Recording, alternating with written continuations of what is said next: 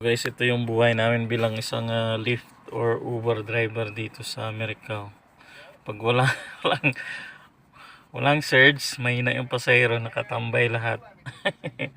Tingnan nyo, naka 165 pa lang ako eh. Tingnan nyo, naka 165 pa lang ako. Dito kami nakatambay sa airport. Naka 10 pasahero lang ako eh. Ayan, tingnan mo.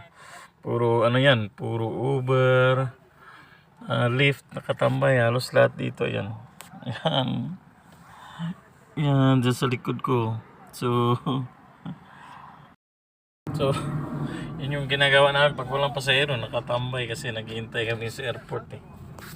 So, maya maya, mga alas 9, may ano kasi arrival sa airport kaya halos lahat dito nakatambay. So, naghihintay tayo hanggang alas 9, yung oras dito is 8:11 pa lang.